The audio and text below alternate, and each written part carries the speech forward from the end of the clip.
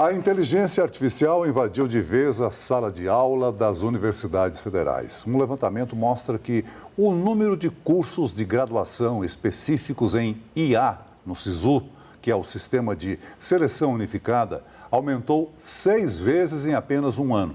A oferta saltou de 4 para 24 opções em todo o país, numa corrida acadêmica para atender a demanda urgente do mercado de tecnologia, Mariana.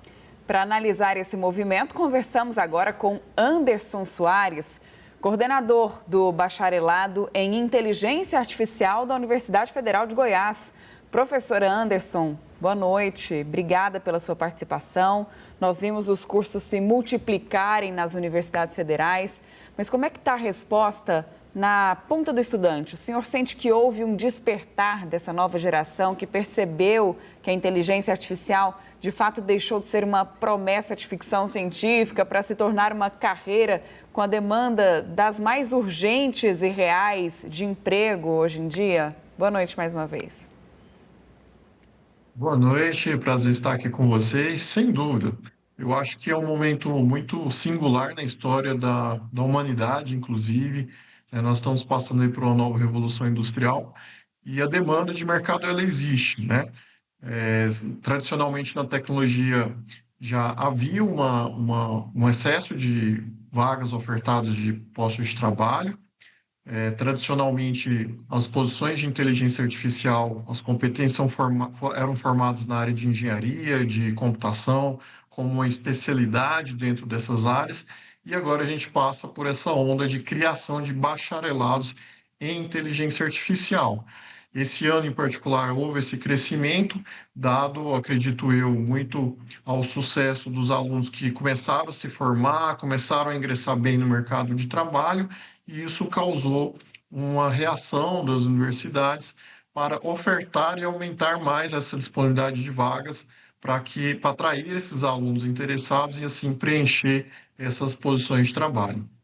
Olha, professor, esse salto aí, ele está associado aí a políticas do Ministério da Educação, né? Com iniciativas estratégicas como o Plano Brasileiro de Inteligência Artificial, que incentiva a formação em áreas tecnológicas consideradas prioritárias. O Brasil é carente de profissionais com especialização em IA na indústria, manufatura, agronegócio, saúde, setor financeiro, bancário, setor público e também justiça, né? Certamente. Eu costumo dizer que meu telefone não para de tocar, no máximo em 2 semanas, algum empresário me pede alguma indicação de aluno para o tema de inteligência artificial, né? E, sem dúvida, o Plano Brasileiro de Inteligência Artificial ajuda muito nesse sentido, que é uma das metas explícitas do PBIA, né? Esse Plano Brasileiro de IA, a própria criação das vagas para formação, porque como é que nós vamos ter profissionais atuando se não há formação em volume adequado para os estudantes? Essa conta ela precisa fechar entre as oportunidades e o que as universidades oferecem de posições para os estudantes desenvolver as suas competências, né? Então, acho que esse, sem dúvida, vai ser um dos indicadores que vai ser possível cumprir com uma boa confiança de resultado dentro dos indicadores do Plano Brasileiro de IA, e as universidades, esse ano, né, elas reagiram muito bem nesse sentido e estão fazendo aí os seus papéis como núcleos de excelência em formação para essa área tão importante para o Brasil. Esse crescimento dessa demanda, professor, eu pergunto o seguinte: há professores suficientes para atender a demanda nas universidades?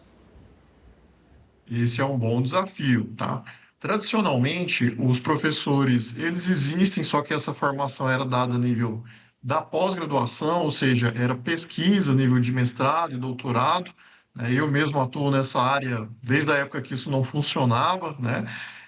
E agora, quando a gente leva uma formação a nível de graduação, ainda há espaço para pesquisa, mas é uma formação um pouco mais voltada para o mercado de trabalho, um ensino mais profissionalizante, certo? Sem dúvida, se essa expansão acontecer em uma velocidade muito grande, não haverá, de fato, professores o suficiente para ministrar esses cursos. Então, isso de fato, uma preocupação, um cuidado que se deve ter, mas dentro dessa margem de expansão, acho eu que a rede ela ainda está confortável nessa expansão que aconteceu principalmente esse ano. Professor, o senhor falou aí dos desafios, né, na academia para essa área da inteligência artificial, mas sabemos que ainda existem muitos desafios, como em todas as profissões, no mercado de trabalho. Eu queria que o senhor elencasse que desafios são esses e como os profissionais têm se preparado para estarem cada vez mais inseridos, né, na vida das pessoas, porque a gente sabe que a inteligência artificial, muitas vezes a gente remete ali a vídeos de redes sociais, a algumas tecnologias, mas a gente ignora ou talvez não tenha um conhecimento de que ela está nos sistemas de saúde, nos sistemas financeiros. Então, a inteligência artificial hoje está em tudo, né? Exatamente. Olha, 25 anos atrás, eu estava tentando explicar para minha família o que era computação, né? E aí eu vou fazer uma analogia a essa situação, né? O computador sozinho, ele não serve para nada. Ele é uma ferramenta, um instrumento para alguma outra coisa, para algum campo de aplicação, para o agronegócio, para a saúde, para a comunicação. Então, é uma ferramenta meio. De uma forma muito similar, assim é a inteligência artificial. Ela é sempre uma ferramenta meio para alguma outra atividade. Então, um dos grandes desafios na formação, inclusive, é exercitar essas possibilidades, porque ao mesmo tempo que é uma ferramenta geral, que você pode usar em qualquer área do conhecimento, em qualquer setor econômico, durante a formação os alunos têm essa necessidade. Tá, mas eu vou usar o quê? Como, né? Então é como se a gente fosse ensinar ali a usar uma faca, mas não tem um pão para você cortar, percebe? Você vai olhar para a faca e vai assim, tá, e aí? O que eu faço com isso? Então a gente está passando por essa nova onda tecnológica, mas 25 anos atrás, eu me lembro muito bem, eu estava lá tentando explicar para minha família o que era computador, o que era um software, né? Essa tecnologia abstrata. Depois, mais ou menos na mesma época, a gente estava tentando explicar o que era internet, não é verdade? Veja, a internet, ela sozinha também não serve para nada. Ela é um instrumento, uma ferramenta para alguma coisa. Então, a inteligência artificial, como tecnologia generalista, assim como computação, internet, ela carrega essa característica. Pode ser usada para muitas coisas, mas isso traz desafios também para a formação, para que a gente possa exercitar e materializar com os estudantes o que é a prática profissional desse tipo de profissão. Professor Anderson Soares, eu imagino que para um bom ensino além do professor, as universidades precisam de equipamentos apropriados, sofisticados, potentes. As universidades estão equipadas? Esse é um desafio, né? É uma questão muito importante, dado algumas dificuldades orçamentárias, né? Aqui na Universidade Federal de Goiás, nós fomos um pouco privilegiados de contar com o apoio do Ministério de Ciência e Tecnologia e do governo de Goiás para colocar essa infraestrutura à disposição do ensino. Então, veja bem, nós temos um veículo autônomo à disposição dos alunos que é usado como um laboratório ambulante, percebe? Um laboratório sobre rodas. Nós temos supercomputadores que custam aí muitas dezenas de milhões de dólares. Então, essa é uma infraestrutura muito cara, tá? Inclusive, é um ponto de discussão. Hoje mesmo eu vi a repercussão da divulgação do primeiro dia do ponto de corte no SISU, né? E havia um comentário lá assim: tá doido, um curso de IA no Brasil? O Brasil não tem condições de infraestrutura para isso, né? Então, de fato, isso é um desafio, mas eu acho que o caso da UFG, que foi pioneira na criação do bacharelado em IA em 2019, mostra esse caminho de possibilidade. É complexo, é difícil, é caro essa infraestrutura, como você bem lembrou, tá? Mas é o caminho para a gente nos posicionarmos nessa nova revolução industrial, nessa corrida global pelo domínio de tecnologias tão sofisticadas como a IA. E é um desafio, sem dúvida, mas eu acho que o Plano Brasileiro de IA está aí para ajudar, inclusive, as universidades nessa missão da infraestrutura crítica.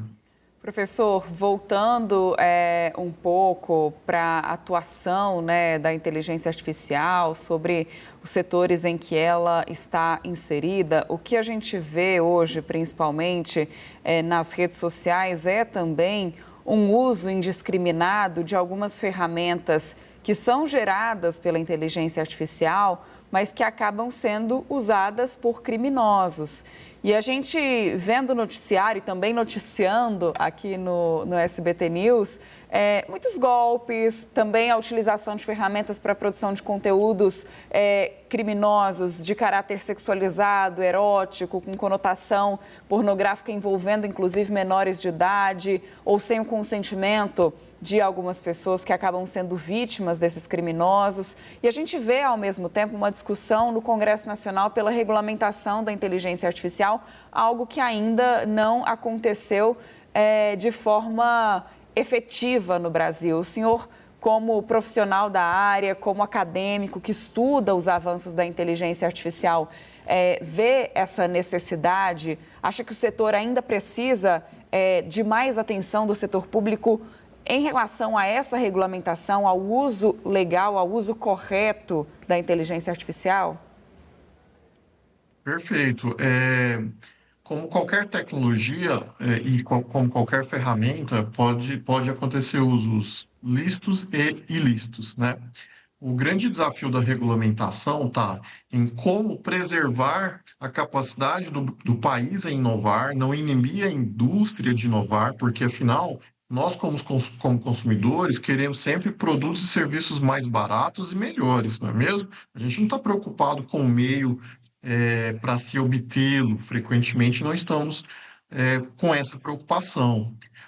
Então, o grande desafio da regulação é essa: como trazer proteção, mas sem inibir o avanço. Porque se a gente olhar só para os riscos, veja bem, a gente não estaria andando de carro hoje, né? Afinal, todos os dias acontecem acidentes de trânsito que infelizmente matam várias pessoas, não só no Brasil como no mundo. Mas nem por isso nós deixamos de usar o carro como instrumento de mobilidade, mesmo sabendo dos riscos que é sair de casa. Então, esse é o grande desafio na regulação, tá? E eu acho que, inicialmente, o projeto de lei aqui no Brasil tinha problemas muito preocupantes sobre a questão da inovação, sobre a competitividade da indústria brasileira, mas passos importantes foram dados para que a gente não crie uma burocracia que iniba a indústria de inovar, mas, ao mesmo tempo, a gente possa mitigar esses riscos que de fato eles existem, né? Hoje você consegue pegar aqui a minha face e criar vídeos que as pessoas não têm ideia do quanto isso é algo realmente muito perigoso e que traz danos à sociedade. Então, esse é o desafio da regulação no mundo e numa tecnologia que tem andado a passos muito rápidos. Professor, só para estabelecer e ajudar aquele jovem que está querendo se definir para o futuro e buscar uma profissão, quanto tempo de formação e qual o custo, por exemplo, comparado a um curso de medicina? É mais caro? Perfeito. Geralmente a formação se dá entre 4 a 5 anos, dependendo da universidade. Aqui na Universidade Federal de Goiás é uma formação de 4 anos, tá? E eu não tenho números precisos do custo disso numa universidade particular, mas, em tese, é um curso caro pela infraestrutura, tá? Diferentemente das áreas da saúde, que tem uma regulação mais pesada, com conselhos que fiscalizam, as áreas de tecnologia é uma área que não tem uma regulação governamental sobre ela. Isso é em qualquer parte do mundo. Isso tem prós e contras, né? A vantagem é que você pode exercê-la em qualquer país do mundo, trabalhar remotamente, sem nenhuma barreira burocrática. Mas isso, de fato, é um desafio, porque assim como foi noticiado recentemente o problema das faculdades de medicina com baixo desempenho, com condições de infraestrutura ruins e que estão formando profissionais ruins, também pode-se montar um curso de tecnologia com infraestrutura deficitária, ruim, e que muito provavelmente vai formar um profissional ruim, tá? Então, esse é um desafio nessa instanciação desses novos cursos que estão sendo colocados. Professor Anderson Soares, coordenador de bacharelado em Inteligência Artificial da Universidade Federal de Goiás. Muito obrigado pelos esclarecimentos, pelas informações que o senhor trouxe ao jornal do SBT News. Uma boa noite. Boa noite e até mais.